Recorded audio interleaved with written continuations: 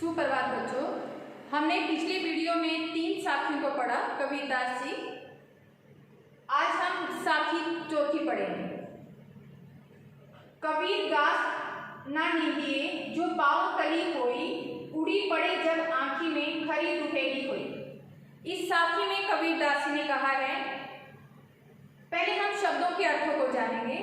नींदिए हुआ निंदा करना, पाँव हुआ पाँव, तली हुआ नीचे, होई हुआ होती है, उड़ी हुआ उड़कर, पड़े हुआ पड़ जाता है, आंखी हुआ आंख में, खरी हुआ बहुत और दुहेली का अर्थ हुआ कष्टकारी। इस साखी में कबीरदास जी ने कहा है कि कबीर घास ना नींदिए जो पाँव तली होई। कबीरदास जी कहते हैं कि जो घास निर्बल है, मुरझाई हुई है, हमारे पाँव के नीचे आती है, उस घास की भी हमें निंदा नहीं करनी चाहिए।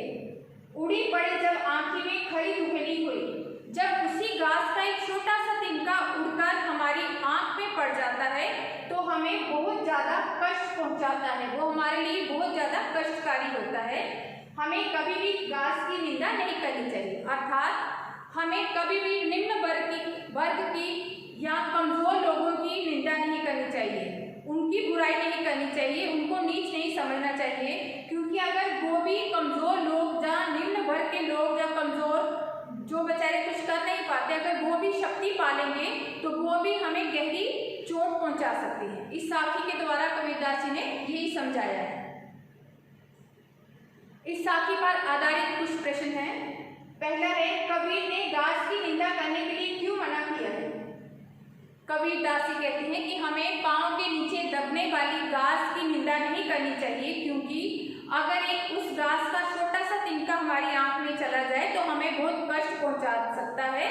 उसी प्रकार हमें कमज़ोर लोगों की, निम्न लोगों की भी निंदा नहीं करनी चाहिए, जो उनको भी कुछ बुरा भला नहीं करना चाहिए। अगर वो भी शक्ति पालेंगे तो हमें बहुत ज़्यादा कष्ट पहुँचा सकते हैं। आपका दूसरा प्रश्न है, यदि घास का तिनका आंख में पड़ जाए तो कैसा अनुभव होता है?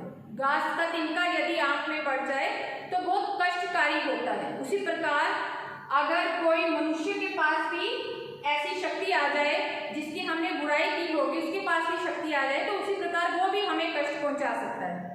आपका तीसरा प्रश्न है, इस साखी के द्वारा कवि हमें क्या संदेश देना चाहते हैं? इस साखी के द्वारा कवि हमें यही संदेश देना चाहते हैं कि हमें कभी भी किसी की बुराई या किसी को नीच समझकर, किसी को कमजोर या कुछ ऐसा निर्धन समझकर उसकी बुराई नहीं करनी चाहिए, उसकी उपेक्षा नहीं करनी चाहिए। अगर उसको भी शक्ति प्राप्त हो जाए तो वह हमें भी कष्ट पहुंचा सकता है।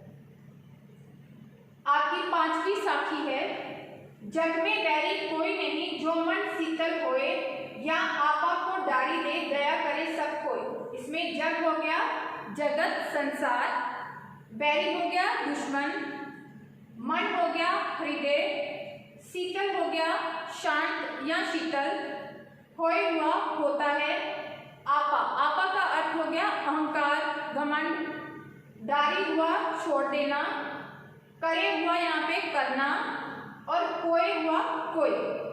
जग में बैरी कोई नहीं जो मन शीतल होए। इसमें कबीरदास जी ने कहा है कि जग में आपका कोई भी बैरी नहीं होगा जब आपका मन, आपका हृदय शीतल होगा, शांत होगा।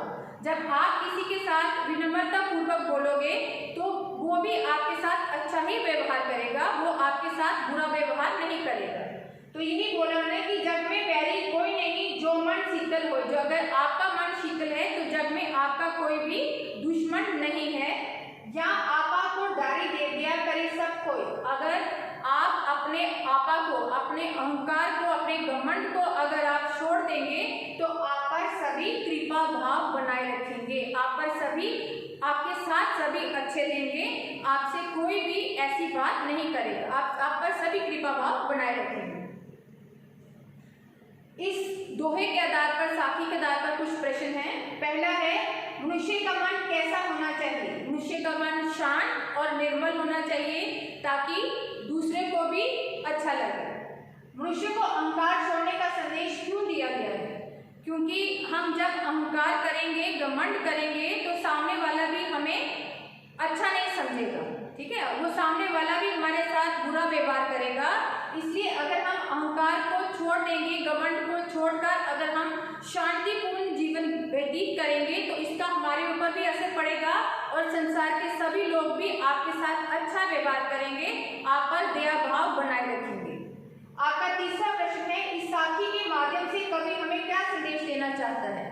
इस साखी के माध्यम से कवि हमें यही संदेश देना चाहते हैं कि हमें अपने मन से अहंकार को त्याग कर अच्छे से व्यवहार करना चाहिए, सभी के साथ हमें अच्छे से रहना चाहिए ताकि सब लोग भी हम पर कृपा भाव बनाए रखें। धन्यवाद।